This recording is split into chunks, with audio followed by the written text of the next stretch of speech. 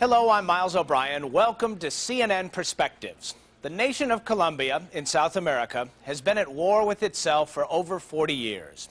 Last year alone, more than 25,000 lives were lost in that long-running civil conflict.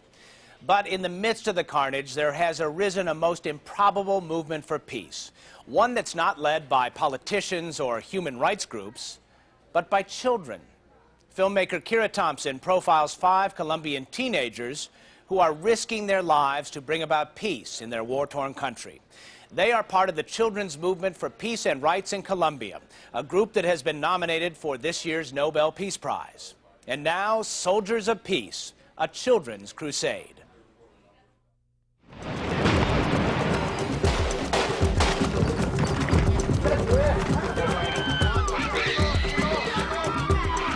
If we adults who teach children how to hate, we turn children into soldiers to fight our wars. There are parents who are in the military who let their children see the gun, touch it, caress it, but they don't know that tomorrow that's going to harm them. In the zones of conflict, being a child is a nightmare. Children begin to get scared. They even fear life because they're scared of living in such a violent environment. Approximately 1/3 of war casualties are children, so they bring a very tragic and very real perspective of the impact of war. People are tired. We are tired of hearing about so much violence. Enough already.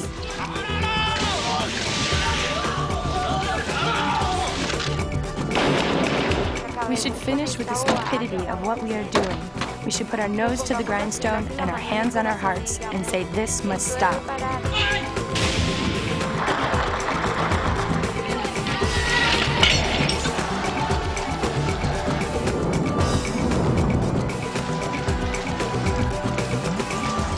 Violence is like a wound in your heart. It's like a crack which splits you inside, and it gets bigger and bigger with each bad thing that happens. But when you begin to build and work on something like the Children's Peace Movement, you begin to close that wound with a thread of hope in building a totally different world.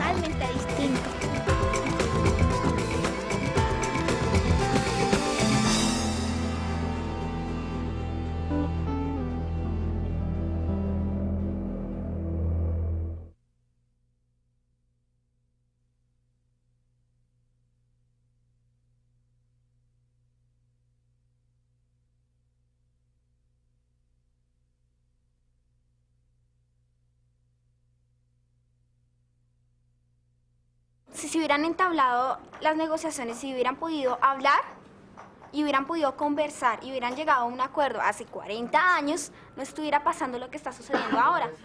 The Boys and Girls Peace Council of Colombia was created in January 1998. We consider it fundamental to debate. We think it's basic to express our ideas. Realmente ellos están contra la espada y la pared porque te ponen o está con los paramilitares o está con la guerrilla. Exactamente, nosotros no podemos decir que tal grupo es bueno y tal grupo es malo. Lo que pasa es que nosotros no sabemos los ideales de ese grupo y no podemos empezar a opinar de ellos. ¿Sabes lo que yo he vivido? Sí, en parte. Entonces, en el día que te lleguen a matar a un familiar, tú ya dejas esos procesos aparte y le metes una patada por detrás, ¡pum! Y ya te metes a la violencia. Ustedes, todo lo que dijeron concuerda, pero de la concordancia al hecho hay mucho trecho. Ahora díganme cómo lo piensan hacer. The Children's Peace Movement has gone far beyond just words. Its members are actively promoting peace throughout Colombia. All the leaders of this peace movement are teenagers who come from some of the poorest and most dangerous parts of the country. Many have lost their loved ones to the violence, and some have even faced death threats because of their work. But despite the obstacles, these teens are committed to shaping a peaceful future. My name is Delia Denisa Lozano Suarez. I am 15 years old. I live in Bogota. My main motivation for participating in this movement is the wave of violence that is attacking this country. The children are the most affected by it. I want to do something to improve the situation. My name is Juan Elias Uribe. I'm 17 years old. I began to work for peace because I could see my community was so full of violence. My name is Mayerly Sanchez. I am 15 years old, and I am Colombian. I live in Soacha, just outside of Bogota. I joined the movement because of the death of a close friend. My name is Wilfrido Zambrano Machado. I am 17 and from Apartado. I work for peace, gathering fruit, you could say, because the fruit is the children. My name is Fanny Farles Calle Guerrero. I'm 18 years old, and I am from Apartado in Urubá. I dream about a world in which there are opportunities for everybody. It's a world where people can solve their problems without having to kill each other. These children represent the fourth generation of Colombians to grow up with war. Their country is one of the most violent in the world, and the conflict there is as difficult to solve as it is to understand. Colombia has been at war on and off for the past 200 years. I mean, if this were a movie, it has to end somehow. I mean, even epic movies do have an ending. In Colombia, we have a multiple war. One is waged by the leftist insurgent movements, FARC, ELN. The FARC gets its money from the drug business and kidnapping. The ELN gets its money from kidnapping and extortion of oil companies. We have a war that is being waged by right-wing paramilitary units. The government's in the middle of it. And we have another element in Colombia which is very, very difficult to manage, which is the drug trafficking and the drug traffickers. They are a very dangerous element in the peace process. I'm very sure they'll try to boycott it. They'll try to do assassinations to destroy this peace process because they're not interested in it. They are the ones who would benefit the least because they would become the only enemy of the state. The main victims of the war in Colombia are the children. There are anti-personnel mines and the problem of many children becoming orphans because their parents are murdered. In Colombia, all the armies involve children in the war. In the midst of such turmoil, any political action carries deadly risks. We came in and held elections right at the point when things were going very badly in our country. Elections in Colombia have often been targeted by guerrilla groups, and many feared that the children's vote would be no exception.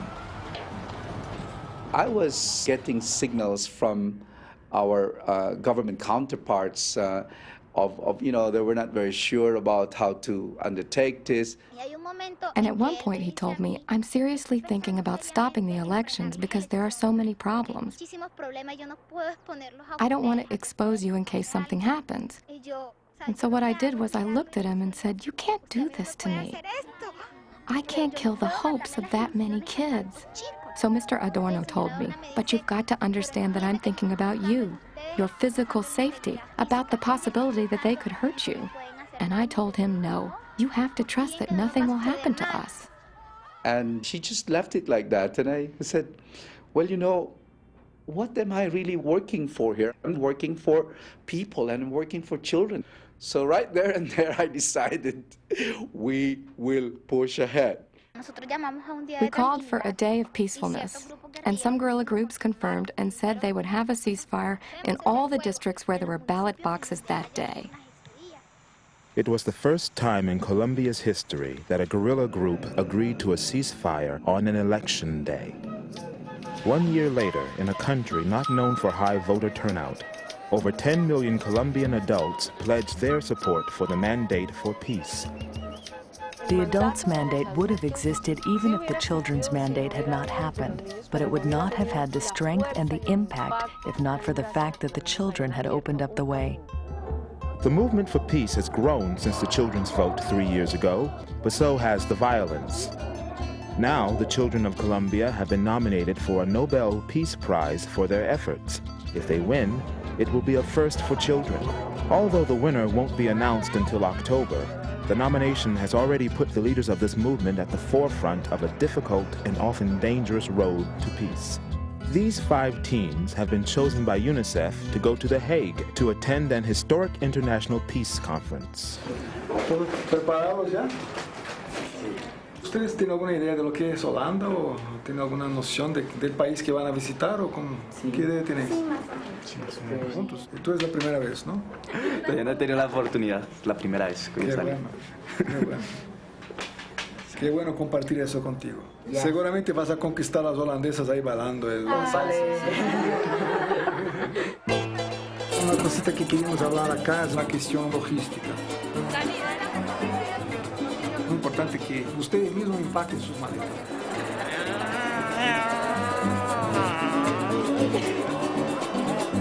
Vamos a tener una identificación con la dirección del hotel. Ven pagando primero.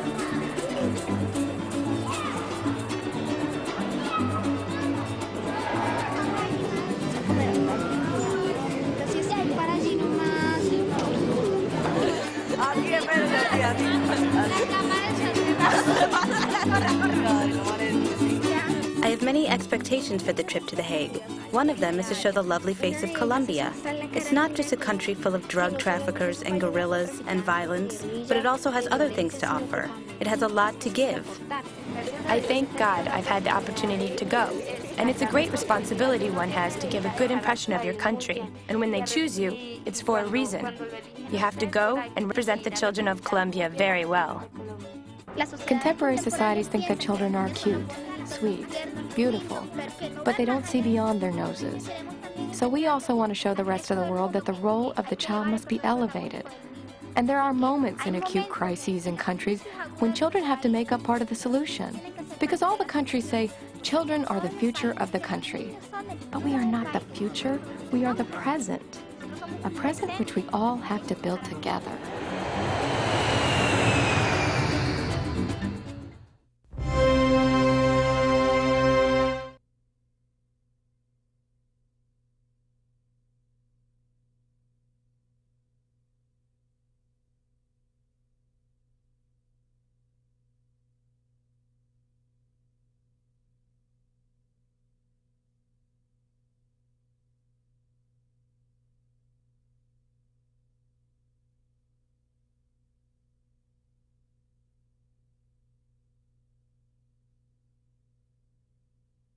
We now return to CNN Perspectives.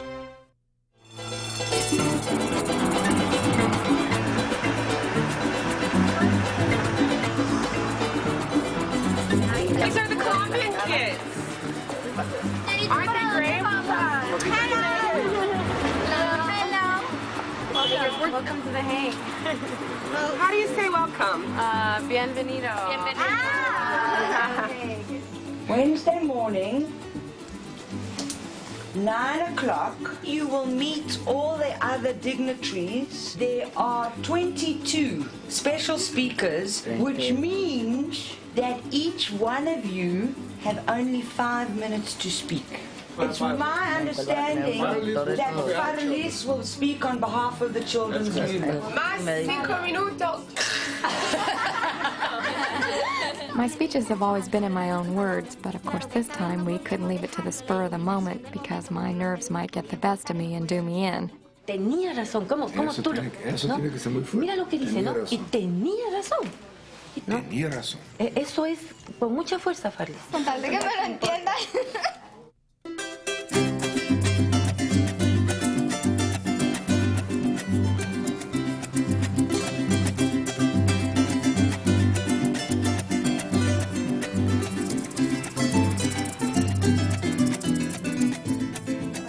This is my university, the University of the Andes. It's where I am now in Bogota. I'm not in Apartado. Unfortunately, I don't live with my parents at the moment. I live with 4 other girls. I want to go back home as a graduate with a degree as a psychologist and be able to help all the people who have been unnecessarily affected by the armed conflict. Apartado has always been a conflicted district. You start to grow up in an environment where people are being murdered every day, where you have to live peacefully with the guerrillas because they are a part of reality. It's not the idea that people have of the guerrillas that they are only in the countryside armed, dressed like soldiers and all that. They are ordinary citizens. In Apartado, the conflict became more intensified when the other armed groups came to take charge of the region. They left a lot of signs around the city to announce that they had arrived and that they were going to carry out social cleansing. They put on hoods. They began to murder people, and people disappeared. The violence between the armed groups intensified, but the main victims were the civilians. There's something that I remember very clearly, and that is the first massacre. Why? Because it happened in the neighborhood where my grandmother lives. There was a party with free food and alcohol, and lots of people went to this party. Then lots of armed men came into the party, and they murdered people regardless of whether they were men, women, or children. There were all sorts. It was a massive murder. And that's when people started to get scared. The rumors began to circulate about them being in the region, and that this was the first, but it wouldn't be the last. All the media suddenly descended on Apartado. But what the media doesn't see is that in the middle of this armed conflict, there are civilians suffering. Because if you're in Apartado, it doesn't necessarily mean you have to be a guerrilla or a paramilitary, but you do have to live there because your dad doesn't know any other way of life. There came a moment when I got sick of everything that was going on, and I said, enough. But when I started thinking about what to do, I didn't think about being the great leader of my country or about being a very important person. I thought about the things I could do in smaller places. My school, my church, my neighborhood. ¿Qué pretendemos en los talleres? Mostrarles qué somos, qué estamos haciendo, en qué municipios estamos trabajando, para que ustedes a la vez vayan a sus colegios y multipliquen en sus colegios y así fortalecer la cadena del movimiento. Yo sé que son momentos que duelen mucho y son momentos muy íntimos de cada uno de nosotros que muchísimas veces no nos gusta recordar y que duelen muchísimo. Nosotros mejor que nadie hemos tenido que sufrir las masacres, las desapariciones de la gente que queremos. Nosotros más que nadie hemos tenido que ver cómo asesinan a las personas que más amamos y a nuestros vecinos y a nuestros compañeros. Pero ustedes también saben que hay que rellenar esos momentos y que hay que sacar esas cosas tristes de la mente y que hay que rellenar el corazón de momentos de felicidad.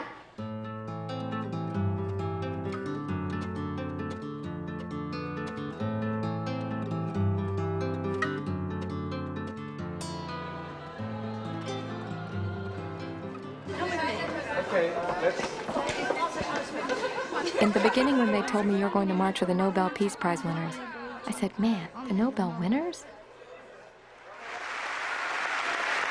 So sure, when I got up there with everyone, with Olara, with Desmond Tutu, and all these people sitting next to me, I looked at them and said, Lord, what have I done? Where am I sitting? I was so nervous that my stomach hurt. But the moment I had to give this speech, feeling that all the kids were behind me, I didn't feel so alone. Antes de iniciar el movimiento de niños por la paz de Colombia, quiero ofrecerles el saludo que normalmente le ofrecemos a las personas especiales.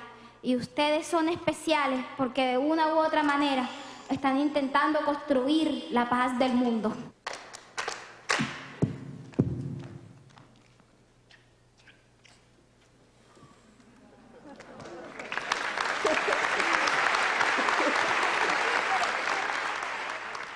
I'm not going to deny that working in Apartado is very complicated. And when I started with the Children's Movement for Peace, my parents were very scared that something was going to happen to me, and that being so young that they could make an attempt on my life. But what I told my parents is it's not just the work of Red Cross. It's not just the work of UNICEF. It has to be my responsibility too.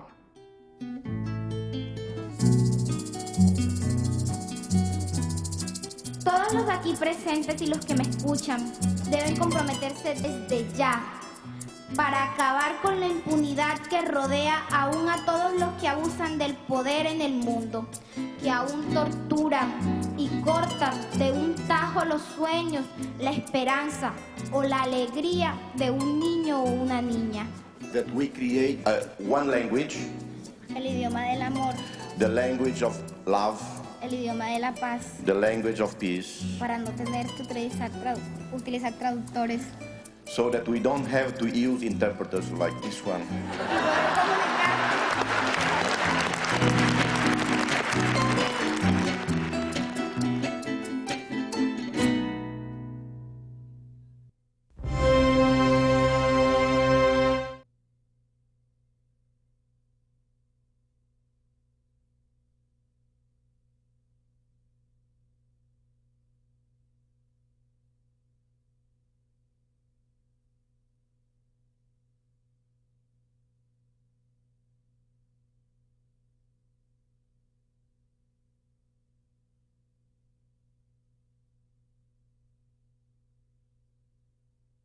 We now return to CNN Perspectives.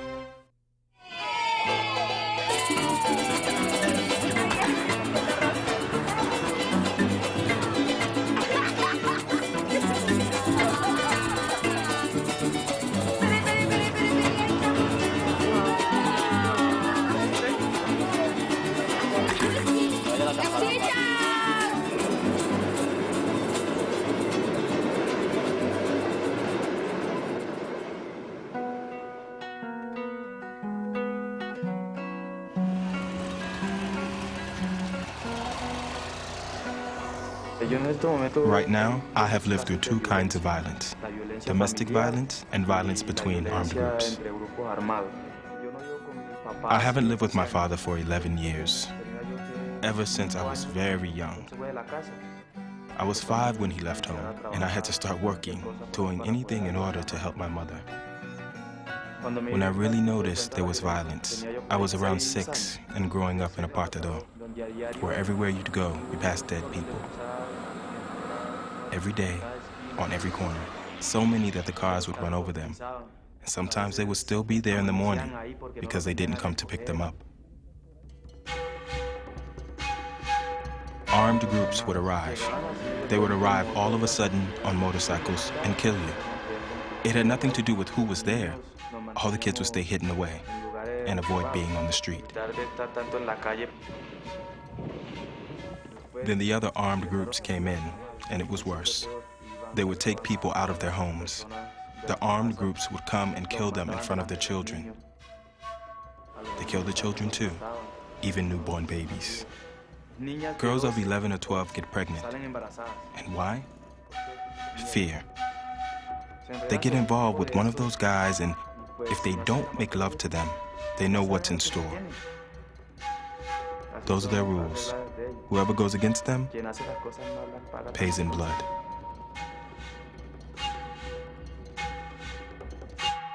So I was raised in a violent environment, but in spite of that, I didn't choose that path. Estamos invitando a todos los niños del barrio 20 de enero a una actividad recreativa. Allá vamos a trabajar con una mochilita, donde hay unos títeres. ¿Sí les gustan los títeres? ¿Bastante? ¿Les gusta armar rompecabezas? Es un saludo de amistad. Haremos lo posible por hacernos más amigos. Buenos amiguitos, ¿cómo está? Muy bien. We work as volunteers for UNICEF's Return to Happiness program, where we find children who have been displaced by violence. For a lot of children, it isn't easy to lose their parents or brothers and sisters. Sometimes there are cases that need psychological treatment. I mean, I am not a psychologist yet, but I am very hopeful. And I have been able to solve a lot of kids' problems. Siempre sigas adelante, pues nunca mires hacia atrás, deja el odio, el rencor a un lado y trata de alcanzar lo que siempre quieres. Eso es lo mejor que hay que hacer. Now, I have received threats. I don't know why or who they are from. They called me at home on the phone. They told me to leave the neighborhood, that they were going to kill me.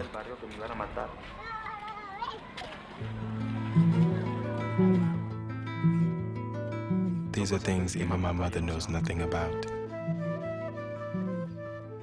I am afraid, really afraid. It's a fear that sometimes won't let me sleep. I start crying at night.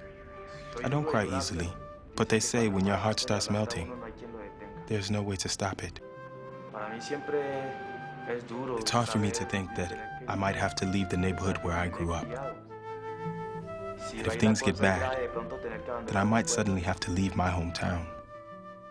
Anybody can be threatened here at any time, but if we pay attention to the threats, we are never going to move forward. We will never be able to grow. So I think the more children there are, the more mobilization, the less danger we run.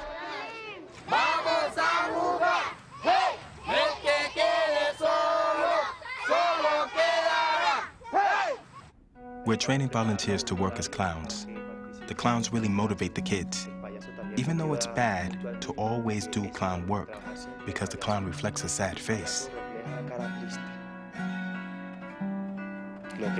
he hides everything he feels behind that makeup. Just like me. That's why I don't dress up as a clown anymore.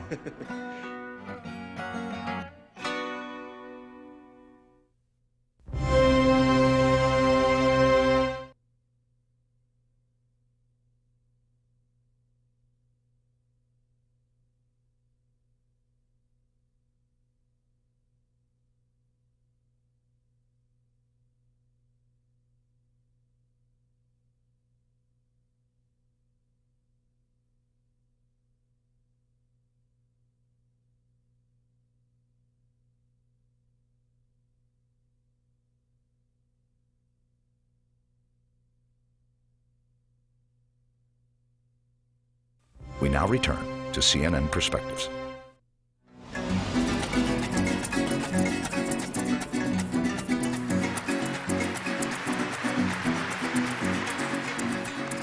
The thing with Rigoberta is that she's a very important person, a Nobel Prize winner. But her nobility and simplicity that she inspires is so great. Son pocas las personas las que a mí me han emocionado conocer. Y muchísimas veces, cuando sucede lo que sucede en Colombia, yo he tenido ganas de tirar la toalla. Cuando conozco personas como usted, me doy cuenta que no es justo terminar la lucha de un momento para otro, que es necesario seguir trabajando. Yo sé que luchar por los derechos humanos quiere coraje, y el coraje no lo saca uno solo, y que tenga mucho éxito. Gracias. He hablado con mucho.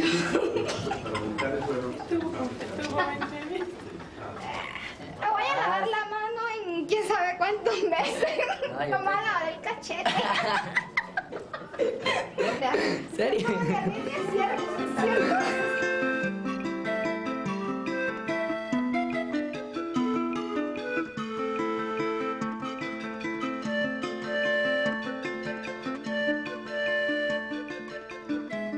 When I was child mayor of Agua Chica, my responsibility was to carry out programs for children, organize activities, and visit schools which needed training.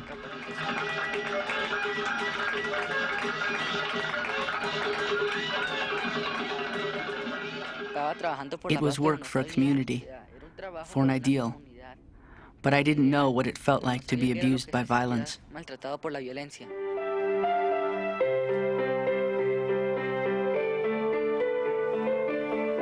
When they killed my father, I was at home. I was with my mother.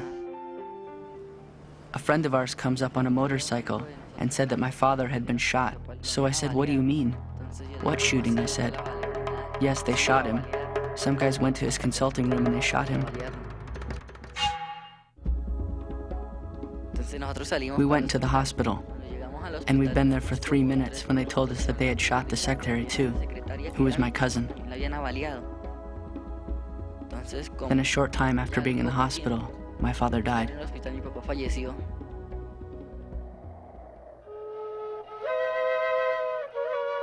It was quite a painful day. Seeing the pain of my mother, my aunts, my uncles, and everybody, I also felt like a prisoner of my own pain. It was terrible. It made me feel sad to make my mother suffer more by seeing me cry. So I dried my tears, and when I cried alone in my pillow so that no one would see me.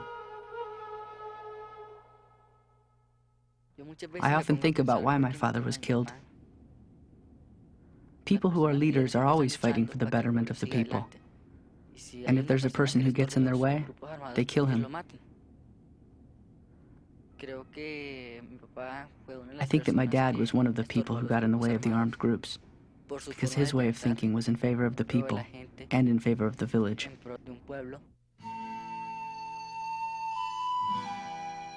That's when I began to feel what it is like to be abused by violence, and for some time, I thought about withdrawing from the peace process. I got hold of a gun, and I would take it with me everywhere. So my philosophy, which has changed since then, was that if they come and kill me, at least I'll take one of them. I won't die alone. No one is going to go unpunished in the way most Colombians do. I decided to get rid of the gun because it was a bit against my way of thinking. When we moved, I didn't tell anybody where we were living at the time, so that we wouldn't have any problems with them going and looking for us.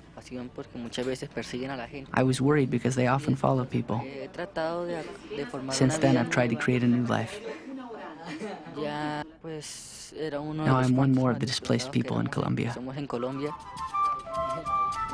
My nephew is still very small. He is 7 months old, and he's learning how to do things. I say that you have to respect a child his age, so that he distinguishes between good and bad. But if evil is always instilled in him, he will be a bad person. And I think that a beautiful childhood would be a childhood without so much violence.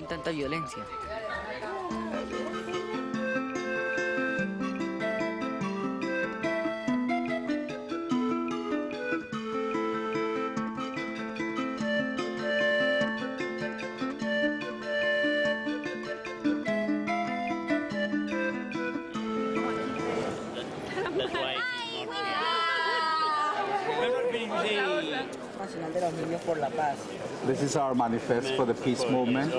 Cuando estuvimos en Nueva York en 1996. When we were in New York with you in 96. Nosotros lo dimos a conocer, tal vez de allá hasta acá pues no se pueda acordar mucho.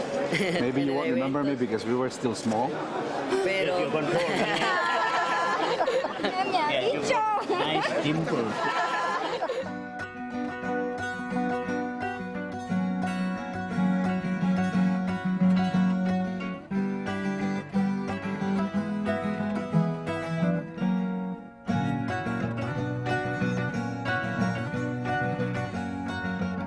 Here in Suacha, I live with my mother, my father, and my sister in 2 rooms. I normally go to school. I go from 12 to 6. I get out at 7. I have to walk there and back. Then I sell lottery tickets.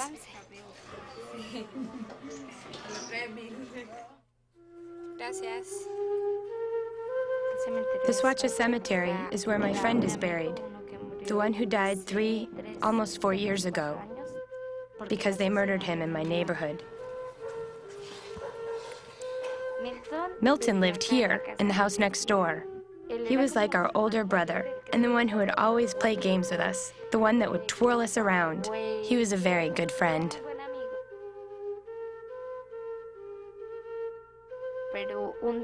But one day, he wanted to get into a gang, and he started dressing like them, because gangs here are considered really cool.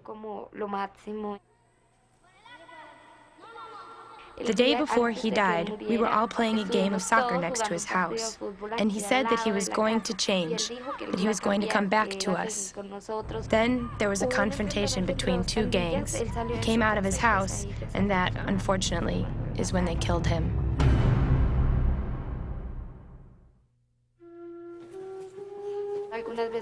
Sometimes I go 2 or 3 times a month to the cemetery to visit Milton.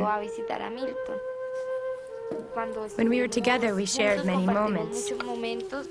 Even though he died, we can't abandon each other.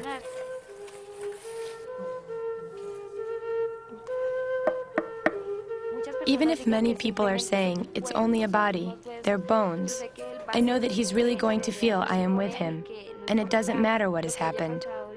I'm still with him, and we are still very good friends. He's my motivation, because I don't want more dead children. ¿Qué piensan ustedes acerca de los grupos armados? Que son violentos, que destruyen la paz, o sea, que no tienen corazón.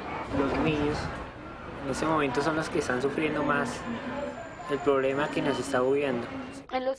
In the workshops, you meet very intelligent people that are really eager to work for peace, in spite of all that has happened to them. Allá iban unos señores a mi casa, pero yo nunca les podía ver la cara porque tenían de esas cosas. Encapuchados. Esas cosas. Y entonces dijeron que llamara a mi mamá, y yo llamé a mi mamá común y corriente, y cuando mi mamá salió, le dijeron que eso era una requisa y la hicieron correr. y le pegaron 2 disparos acá en el pecho y dos en la espalda. Entonces salió mi papá a mirar qué ha pasado. Como iban a matar a mi papá, mi hermano y yo nos colocamos así para que no lo fueran a matar. Entonces cuando mi papá volteó a mirar, le pegaron un disparo aquí en la sien. Antes de morirse, mi mamá nos enseñó mucho que pues siempre la paz se tiene que llevar adelante, pase lo que pase. The stories I hear really inspire me because it is people who have lost their most loved ones and that in spite of that, continue fighting and don't let their life end there. In the workshops with the kids, we try to get them to give solutions to the problems the adults started. ¿No creen que nosotros tenemos esperanza? Si nosotros hacemos la paz en nuestros hogares, podemos hacer la paz en Colombia.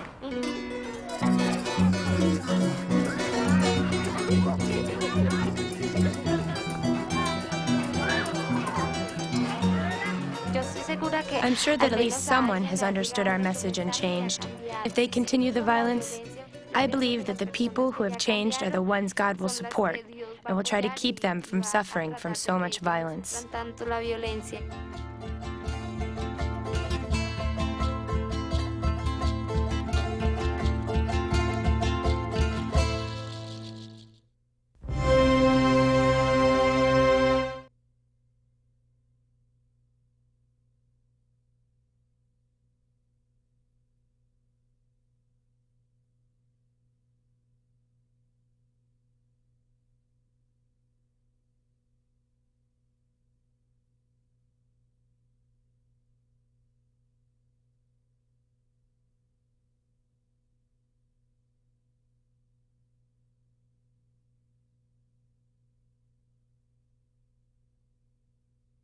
We now return to CNN Perspectives.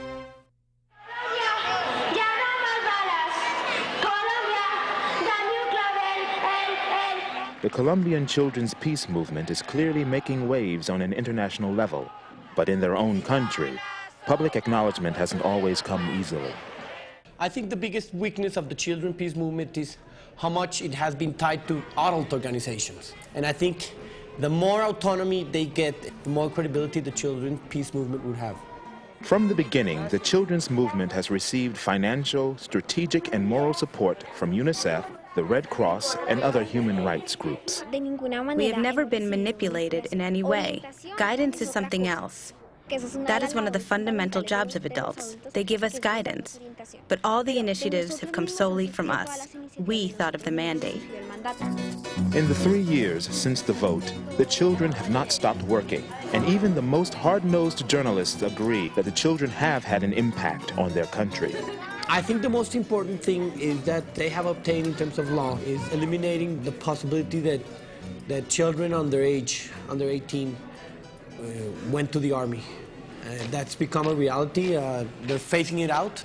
Their main legal gain has been that. The children's role is obviously really important on one very significant level. If a peace agreement is reached this year or next year, I think it's fair to say that Colombians don't know how to live in peace. And it seems to me that one of the very, very valuable things that the children can do is lay this groundwork so that people who are going to be an adolescent or in their early 20s when this country finally calms down will be prepared to take on literally a pacifist role in society.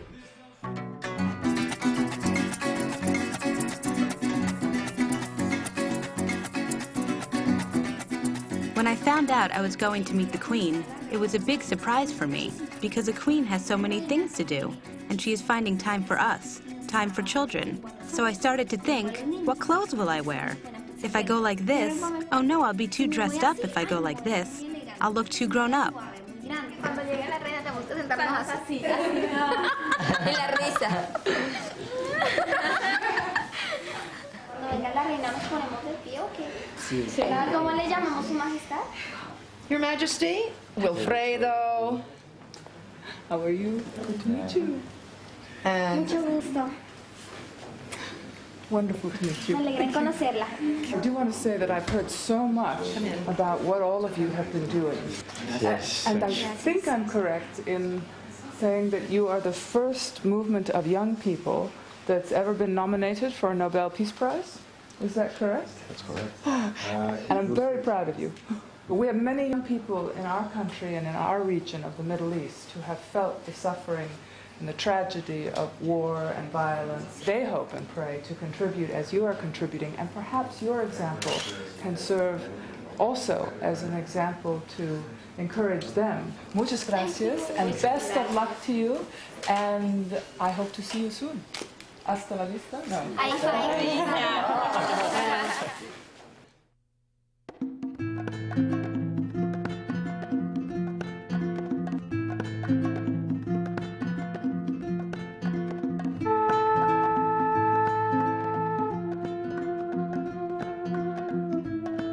En Colombia existe violencia.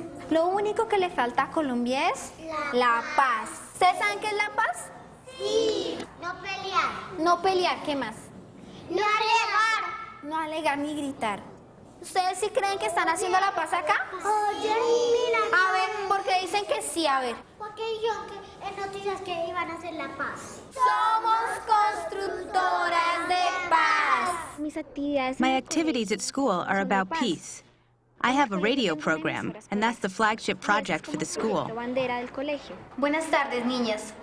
Hoy nos encontramos un día más aquí en su emisora escolar del Colegio Yermo y Parres. I use the radio station as a tool for peace in the way that I communicate a message. I can talk to the girls about peace, and the girls are listening to this message that we want to communicate.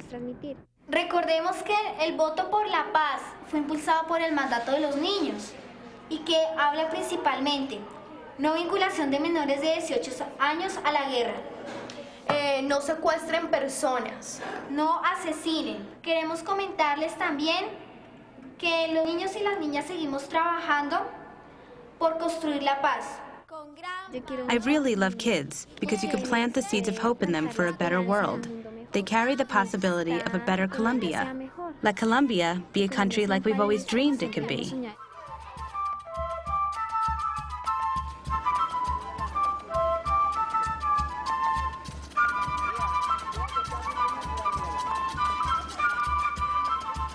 Aquí, en este foro, les pedimos a todos y cada uno de los adultos de los países del mundo que nos escuchen nuestras opiniones, sean tenidas en cuenta para poder abordar el nuevo milenio con una nueva esperanza. Paz en el mundo, paz en nuestros países, paz en nuestros hogares y paz en nuestros corazones.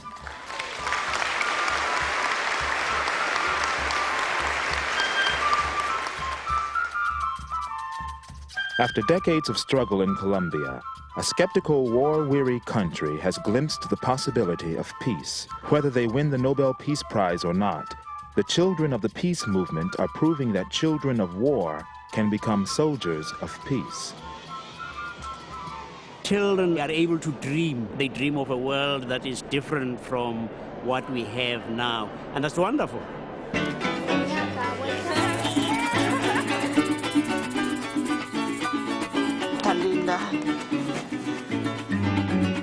The Children's Peace Movement is going to be seen in history as a very important stepping stone in obtaining peace in Colombia.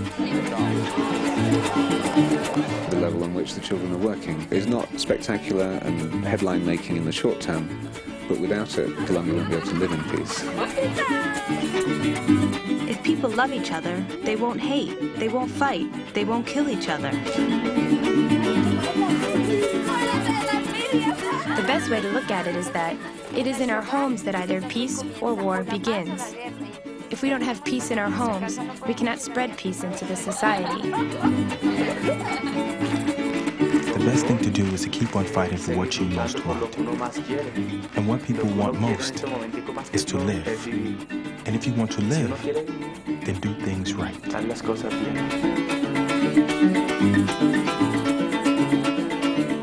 If you start by harvesting a child of peace, you will have an adult who is not going to be violent.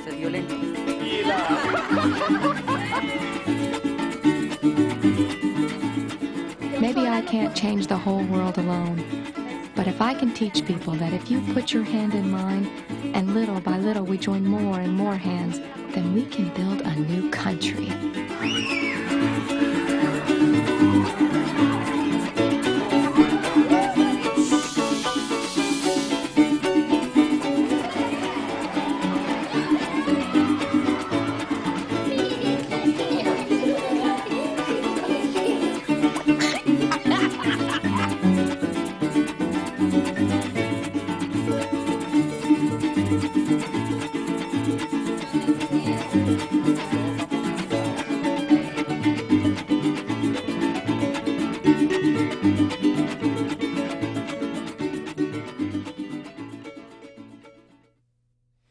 latest reports from the region confirm the violence has escalated as government troops, leftist insurgents, right-wing paramilitary units, and drug lords all battle for control of the country. A recent report shows 2000 was one of the most violent years ever, with an average of 71 deaths and 4 terrorist attacks each day. In spite of the dangers, these teenagers remain committed to bringing peace to Colombia. They've recently been nominated for the 2001 Nobel Peace Prize, their 4th nomination in as many years. I'm Miles O'Brien. See you next time on CNN Perspectives. Que yo tengo una pulga, que me pica por aquí, que me pica por acá, que me deja caminar, que me puse a correr, que me puse a llorar, que me pone a saltar, que yo tengo una pulga, ahora te la paso a ti.